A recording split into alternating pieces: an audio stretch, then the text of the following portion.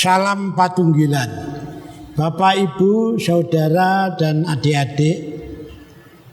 Ibadah keluarga pada malam hari ini dilakukan di rumah masing-masing untuk menjaga jarak yang aman sesuai anjuran pemerintah agar badai COVID-19 dapat segera selesai.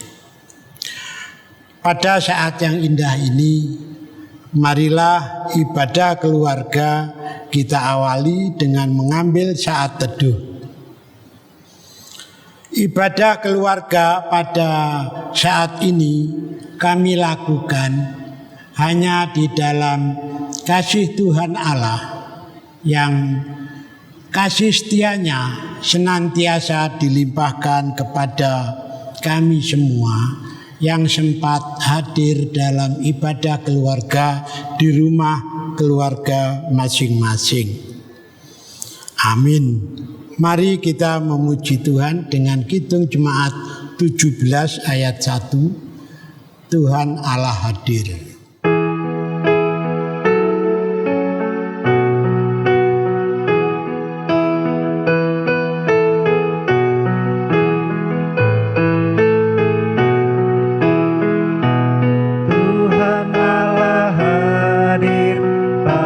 Saat ini, hai sembah sujud di sini, diam dengan hormat, tubuh serta jiwa, tunduklah menghadap Dia.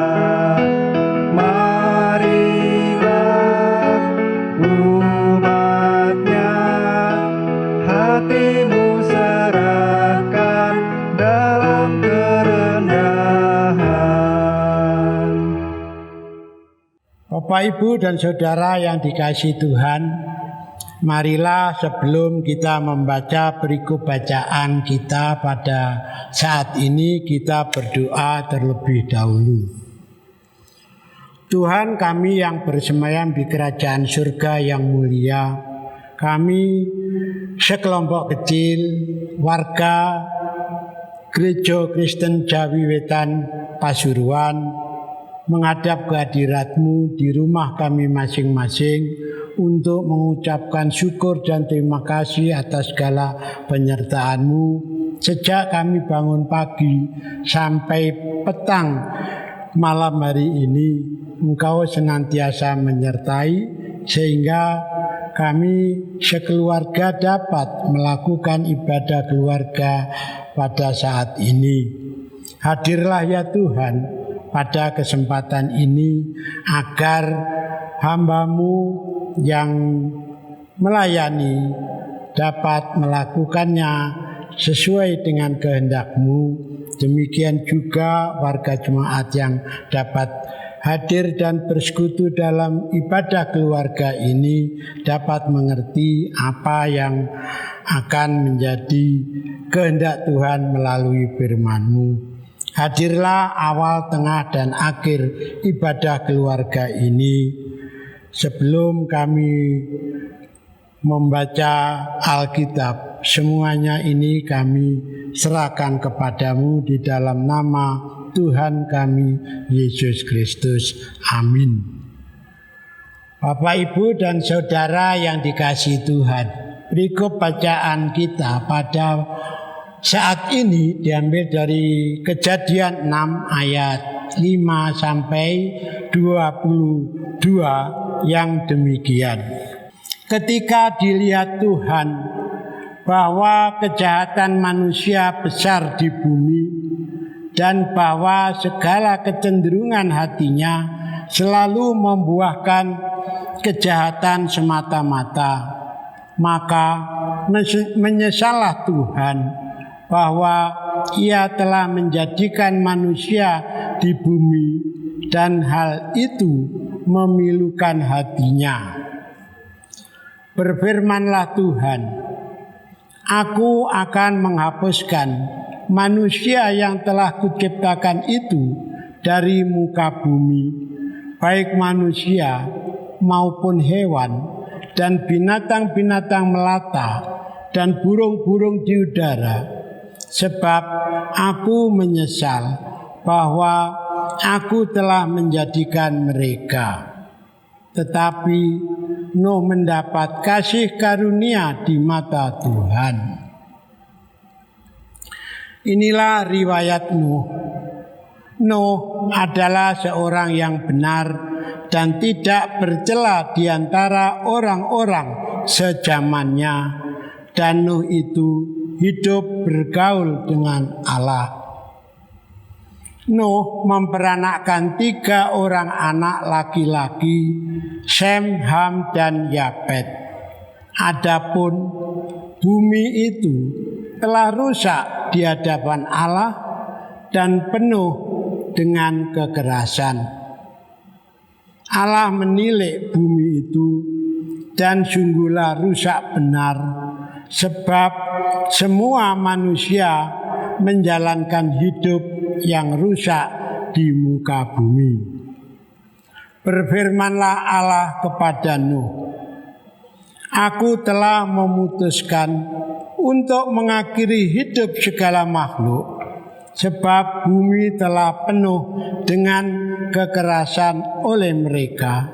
Jadi aku akan memusnahkan mereka bersama-sama dengan bumi. Buatlah bagimu sebuah bahtera dari kayu gofir. Bahtera itu harus kau buat berpetak-petak, dan harus kau tutup dengan pakal dari luar dan dari dalam. Beginilah engkau harus membuat bahtera itu. 300 hasta panjangnya, 50 hasta lebarnya, dan 30 hasta tingginya.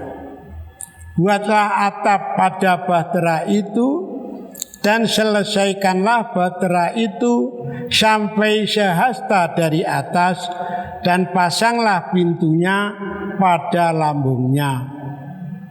Buatlah bahtera itu bertingkat, bawah, tengah, dan atas.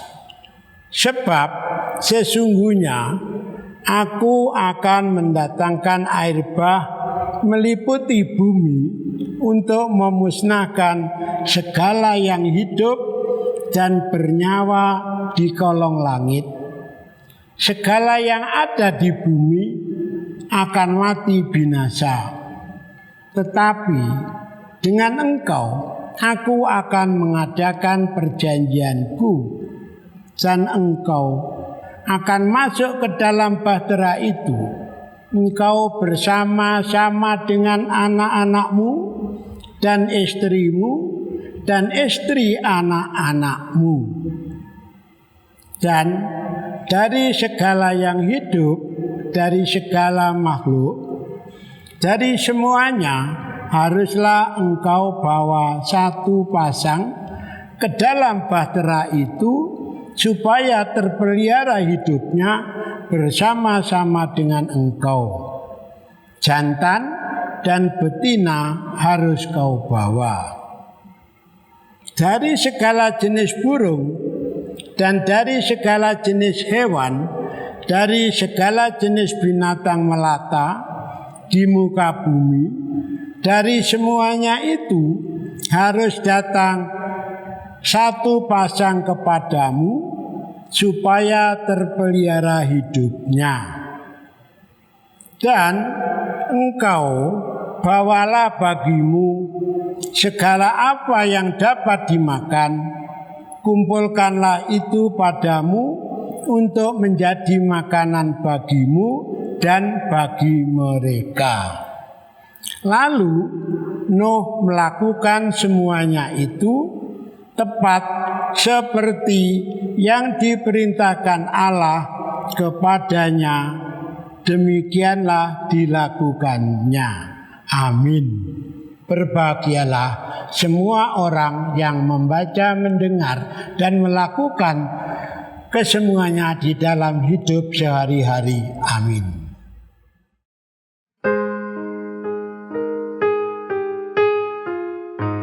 Bapak, Ibu, dan Saudara yang dikasihi Tuhan, perikop bacaan kita pada saat ini diambil dari Kejadian 6, 5 sampai 22. Perikop bacaan ini mungkin bisa saya beri judul Hidup yang Menyenangkan Hati Tuhan. Ketika Allah menciptakan langit dan bumi dan isinya, itu diciptakan dengan baik dan sempurna. Setiap kali Allah menciptakan sesuatu, dikatakan bahwa semuanya itu baik. Dalam Kejadian 1 ayat 31 dikatakan bahwa dijadikannya itu sungguh amat baik dan sempurna. Jadi kita percaya bahwa segala ciptaan Tuhan itu baik dan sempurna adanya. Tetapi apa yang diciptakannya dengan sempurna itu ternyata tidak memberikan yang terbaik bagi Tuhan dan tidak menyenangkan hati Tuhan. Mengapa? Karena tindakan manusia itu tidak lagi hidup sesuai dengan kehendak Allah. Bacaan kita pada ayat ke-5 sampai ke-6 menjelaskan bahwa segala sesuatu selalu membuahkan kejahatan semata-mata. Maka menyesallah Allah bahwa Allah telah menjadikan manusia di bumi dan hal itu memilukan hati. Kata menyesal ini bukan menyatakan bahwa Allah menyesali perbuatannya, yaitu menciptakan manusia. Karena kita tahu bahwa Allah itu adalah Allah yang konsisten. Jadi mustahil kalau menyesali sesuatu yang dilakukannya. Sebelum Allah melakukan suatu ciptaan, Dia telah melihat bahwa apa yang akan terjadi terhadap ciptaannya. Jadi kata menyesal hanyalah suatu ungkapan emosi atau rasa kesal Allah melihat perbuatan manusia. Tetapi pada ayat ke-8 menjelaskan bahwa Nuh mendapat kasih karunia di mata Allah. Siapa Nuh itu? Nuh adalah anak Lamek, keturunan dari Set. Nuh mendapat kasih karunia itu bukan karena perbuatan baiknya atau kepribadian Nuh, tetapi mutlak kasih karunia Nuh, mutlak kasih karunia Tuhan. Dia dipilih oleh Allah sebagai generasi penerus manusia.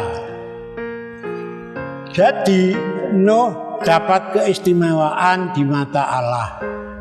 Tahukah kita bahwa kita juga adalah orang yang istimewa di mata Allah? Setiap orang yang menyenangkan hati Tuhan akan dikasihani, akan menerima berkat yang melimpah dalam kehidupannya dan dijauhkan dari malapetaka. Apakah malapetaka sekarang ini kita itu belum dapat menyenangkan hati Tuhan? Kiranya Bapak, Ibu, dan saudara-saudara kiranya yang dapat menjawabnya. Kemudian bagaimana agar kita itu dapat hidup menyenangkan hati Tuhan? Dalam bacaan kita ada 3 hal sesuai dengan kehidupan yang dilakukan Nuh, yaitu Nuh hidup dengan benar ayat 9a, Nuh bergaul dengan Tuhan ayat 9b. Nuh hidup dengan taat kepada Tuhan pada ayat 13 sampai 22. Bapak, Ibu, dan saudara yang dikasihi Tuhan, Nuh hidup dengan benar. Benar artinya tidak salah, tidak menyimpang, atau tepat sasaran. Jadi kata benar itu merujuk suatu moral tanpa cacat, sempurna, tanpa noda, tanpa celah, dan lengkap.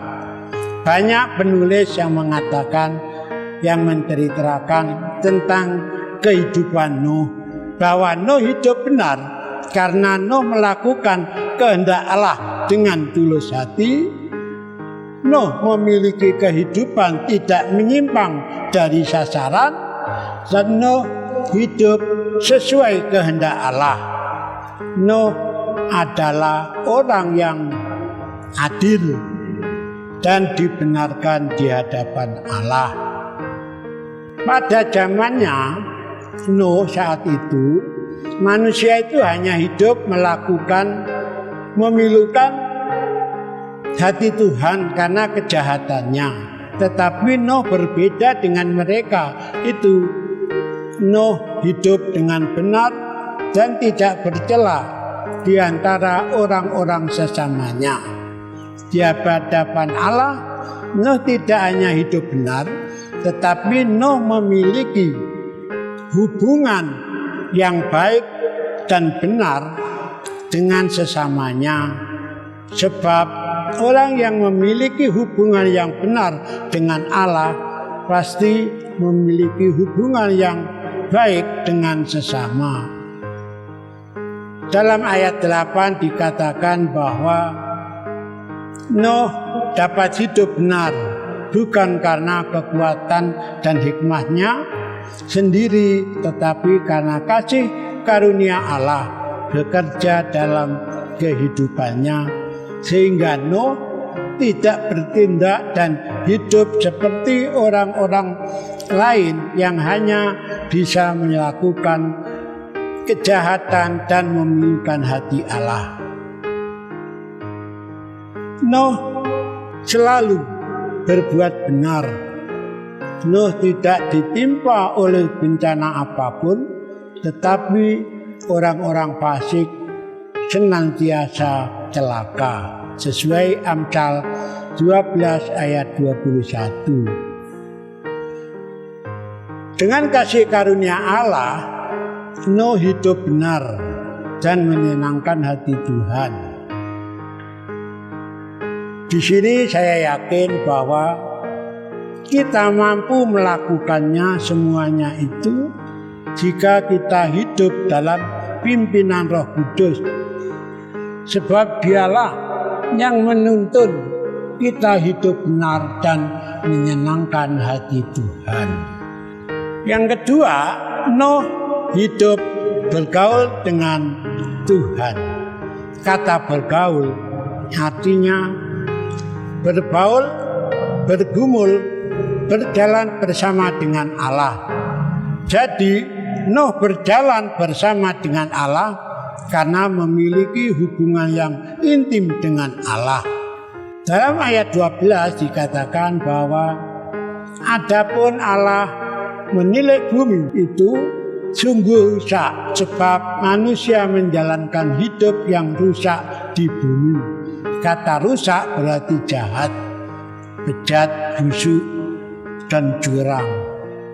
Berarti perbuatan manusia itu benar-benar menyakitkan hati Tuhan. Sehingga akibat dari kejahatan mereka, bumi menjadi rusak karena kejahatan manusia itu. Bapak, Ibu, dan saudara yang dikasihi Tuhan, Nuh pada zamannya tidak hidup seperti kebanyakan orang. Mengapa? Nuh dapat bergaul dengan Allah karena Nuh hidup benar.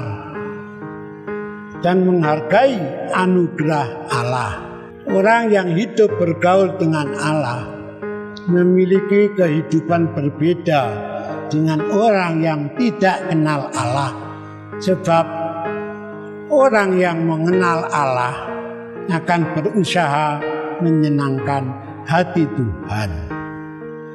Bapak, Ibu, dan saudara sekalian, apa yang dilakukan Nuh merupakan hidup intim dengan Tuhan.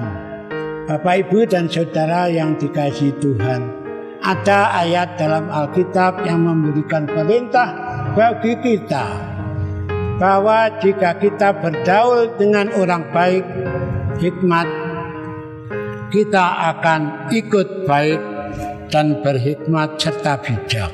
Apalagi jika hidup bergaul dengan Allah, sumber pengetahuan, seperti Salomo, maka atau pasti akan memiliki pengetahuan yang luar biasa. Oleh sebab itu, saya yakin bahwa Nuh pada zaman itu, Nuh hidup kudus, menjaga kehidupan, tidak menajiskan dirinya dengan pergaulan yang tidak benar dengan orang lain. Sebab tanpa kekudusan, tidak seorang pun dapat berhubungan dengan Allah yang kudus. Jadi betapa pentingnya kita untuk hidup kudus supaya kita dapat bergaul dengan Allah sebagaimana Nuh hidup bergaul dengan Allah. Yang ketiga, Nuh hidup taat kepada Allah. Taat artinya patuh tunduk menurut perintahnya. Ayat 22 menjelaskan bahwa lalu Nuh melakukan semuanya itu tepat seperti yang diperintahkan Allah kepadanya, demikian dilakukannya.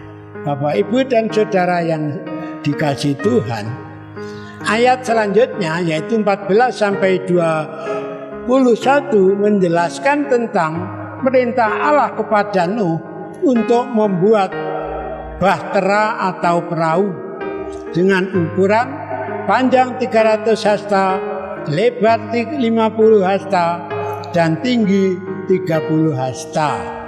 Jika 1 hasta sama dengan 45 cm persegi, panjang bahtera itu sama dengan 135 meter, lebar 22,5 meter, dan tinggi 13,5 meter. Volume jika dihitung bahwa ukuran perahu itu balok, panjang kali lebar kali tinggi meliputi 41.000 meter kubik. Namun apapun ukurannya, sehubungan dengan perahu atau bahtera, itu yang penting adalah perbandingan, yaitu 300 dibanding 30 dibanding 300 dibanding 50 dibanding 30, atau 30 dibanding 5 dibanding 3. Bapak, Ibu, dan saudara yang dikasihi Tuhan, itu adalah perbandingan yang sangat hebat, resep dari Tuhan, bahwa kapal itu yang berbentuk balok itu tidak akan tenggelam oleh badai terganas pun, kecuali jika berputar 90 derajat. Ukuran bahtera yang diberikan ke Nuh oleh Tuhan atau Allah itu sampai sekarang masih dipakai pedoman oleh ahli pembuat kapal.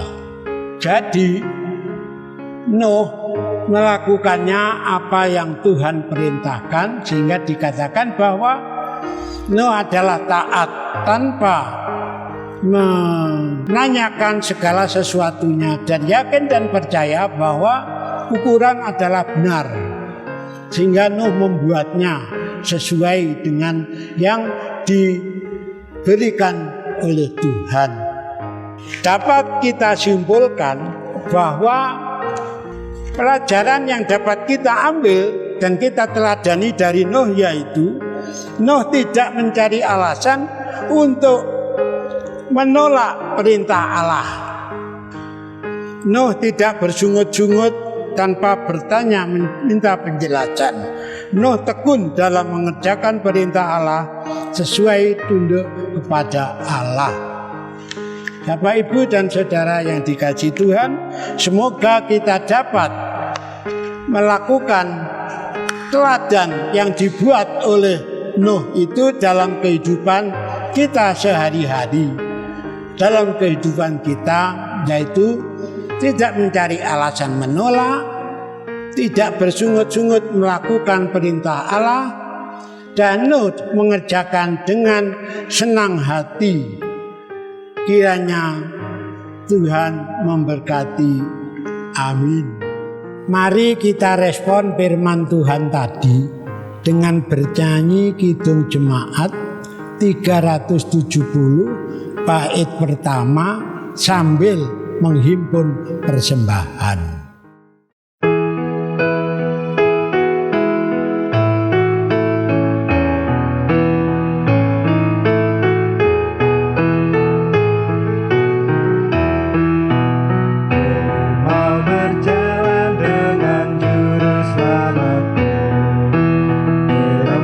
Berbunga dan berair sejuk, ya kemana juga aku mau mengikutnya, sampai aku tiba di negeri Baka. Ikut Tuhan Yesus, ku tetap mendengar dan mengikutnya. Ikut Tuhan Yesus, ya kemana juga ku mengikutnya. Mari kita berdoa dan mohon berkat. Bapa kami yang bersemayam di kerajaan yang mulia, perkenankanlah hamba-Mu sekelompok kecil, warga jemaat-Mu, menghadap kehadirat-Mu untuk mengucapkan syukur dan terima kasih atas firman yang telah kami dengarkan. Dapatlah firman ini menjadi kekuatan hidup kami. Ajarlah kami untuk hidup dapat meneladani seperti Nuh, taat kepadamu dan menurut kepadamu, hidup sesuai dengan kehendak-Mu. Terima kasih atas firman pada petang sore hari ini.